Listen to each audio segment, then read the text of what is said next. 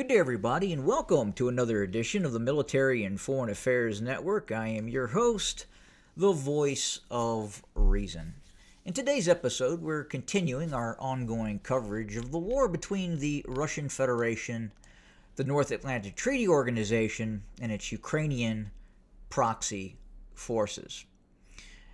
Now, today I want to start off with an incident that occurred a bit in the past.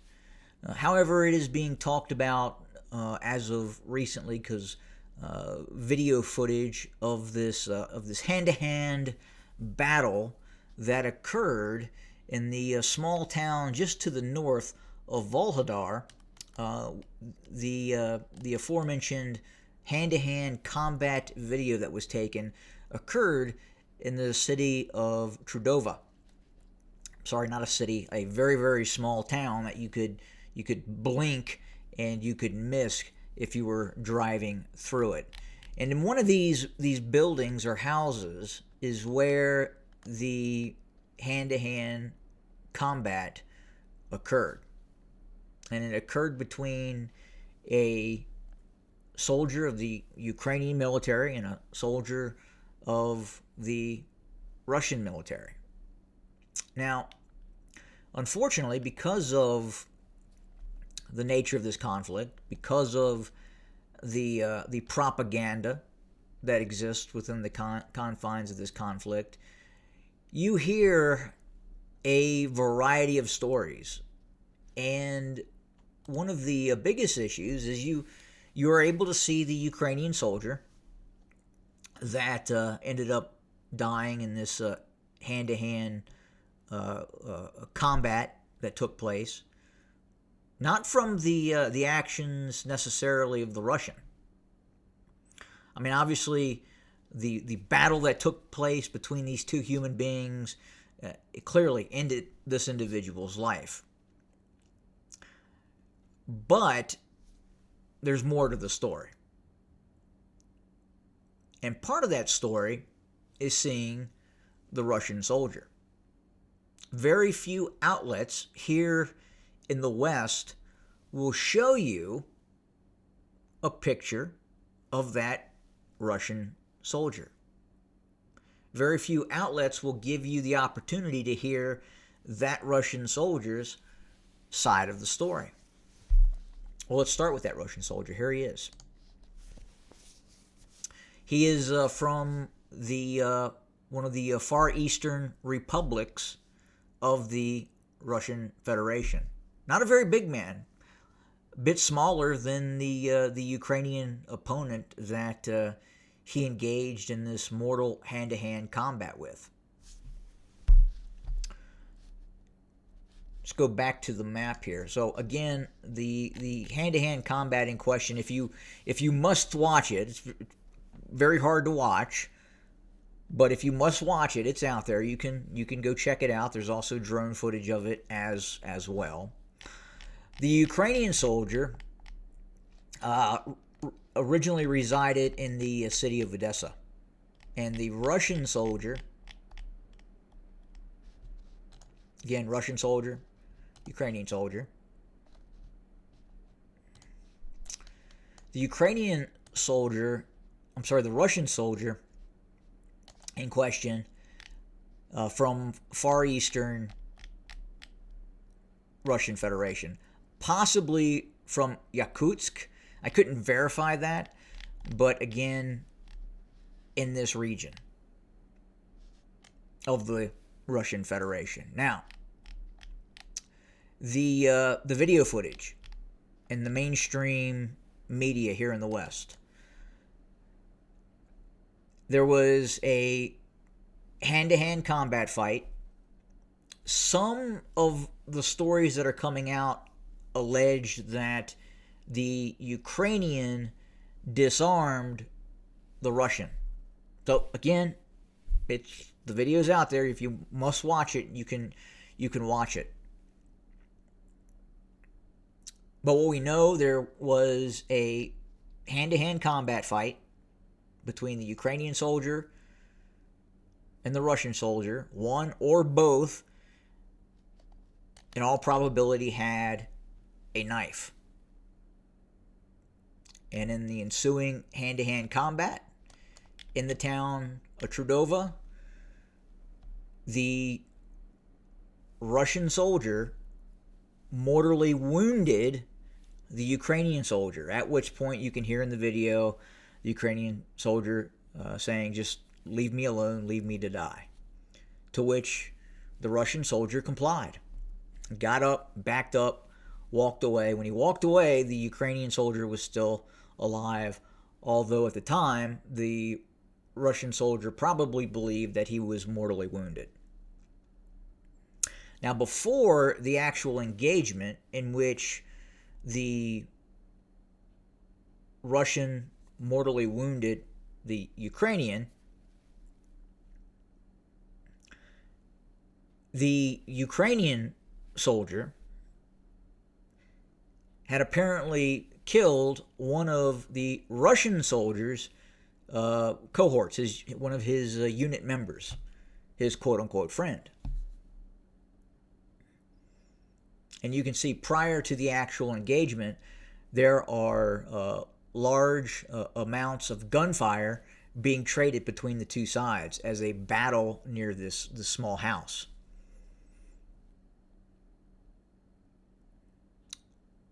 Now, back to the end of the conflict, of the engagement between these two soldiers. So apparently when the Russian soldier departs, the Ukrainian soldier, who is obviously in quite a bit of pain, apparently decides to use a grenade and put himself out of his own misery. The grenade is detonated, and unfortunately for the Ukrainian, it does not kill him. These are the words from the Russian soldier. So at that point, the Russian soldier comes back with a rifle and finishes the Ukrainian soldier off. Now, if you have to watch this video, you will notice something. They're communicating with each other. And what language are they communicating with each other in? They're not speaking Ukrainian to each other. One is not speaking Ukrainian and the other Russian. They are both speaking the Russian language. Now to my point. These are both Russians. These are two Russians that are fighting each other. Now, one will call himself a Ukrainian, obviously very much indoctrinated by the current regime and that has existed in Kiev for quite some time. Again, the quote-unquote Ukrainian soldier does not speak Ukrainian. He was communicating with the Russian in Russian. They were talking to each other prior to the engagement, prior to the hand-to-hand combat, and then after the hand-to-hand combat as well, in Russian.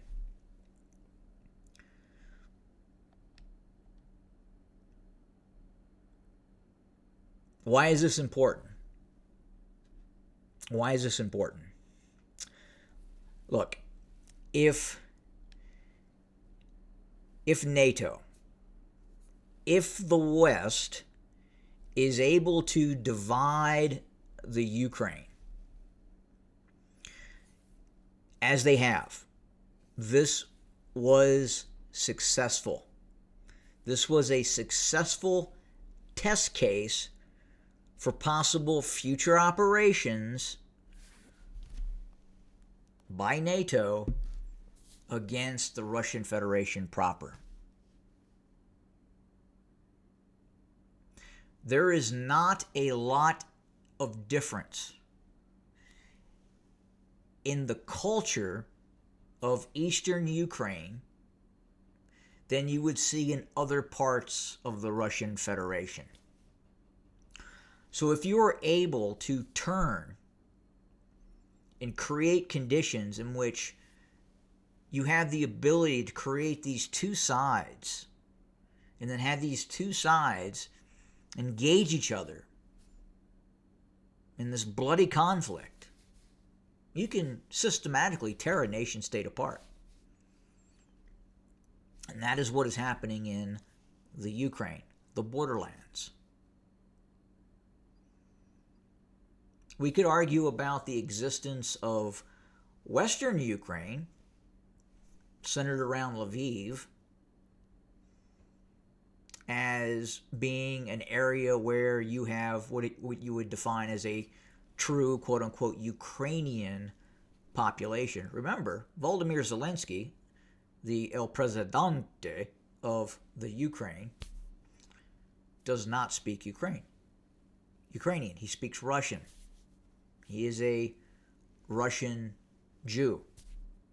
That's what he is. And yet he now identifies as a quote-unquote Ukrainian.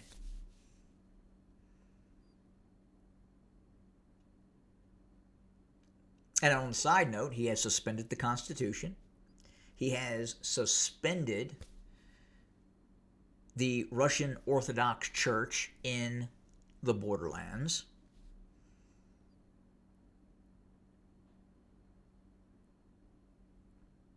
And there is a push to convert the population into a Ukrainian-only speaking population.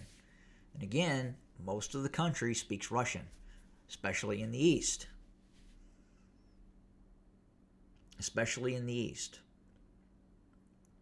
And again, in all probability, that that quote-unquote Ukrainian soldier that engaged that Russian soldier from the Far East of the Russian Federation is a Russian. It would be interesting to have the ability to look at that Russian soldier's parents, his grandparents, and see where they were originally from. That could be off the mark here, and they could possibly be from Western Ukraine. Difficult to say. But I wouldn't bet on it. I would certainly not bet on that. And that is the dysfunction that has been created by this Western interference that has occurred inside of the Ukraine that essentially started this civil war. And again, if you go back many years, the areas of eastern Ukraine that are now conflict zones are part of Russia proper. They were never considered parts of, quote-unquote, what is the Ukrainian-speaking portion of the Ukraine. That's over here, centered along the Polish border, the Hungarian border, centered in the northwestern quadrant of the Carpathian Mountains, and into Lviv, this area. Essentially a quote-unquote Ukrainian minority with a Russian majority in eastern Ukraine, in Kiev, in Odessa, in Sevastopol, in Kryvyi Rih, Dnipro, Poltava, Kharkov. Russian areas, traditional Russian areas that with the stroke of a pen have just now somehow become part of this entity known as the Ukraine, the borderlands. People get a little upset when I say the Ukraine. I am simply saying the borderlands as opposed to just saying borderlands. That's what it is.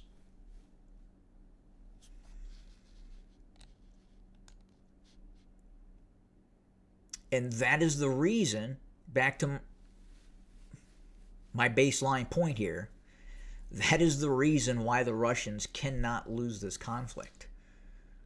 this conflict, this battle that is taking place in eastern Ukraine, is a test bed for the eventual breakup of the Russian Federation.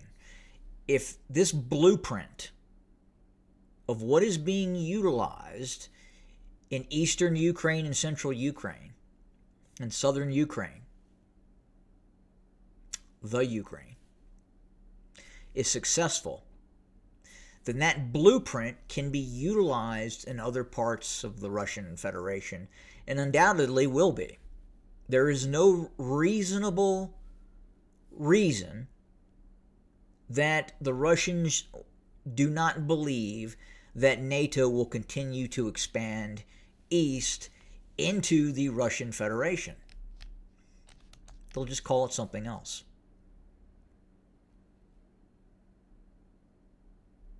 And that is what will happen.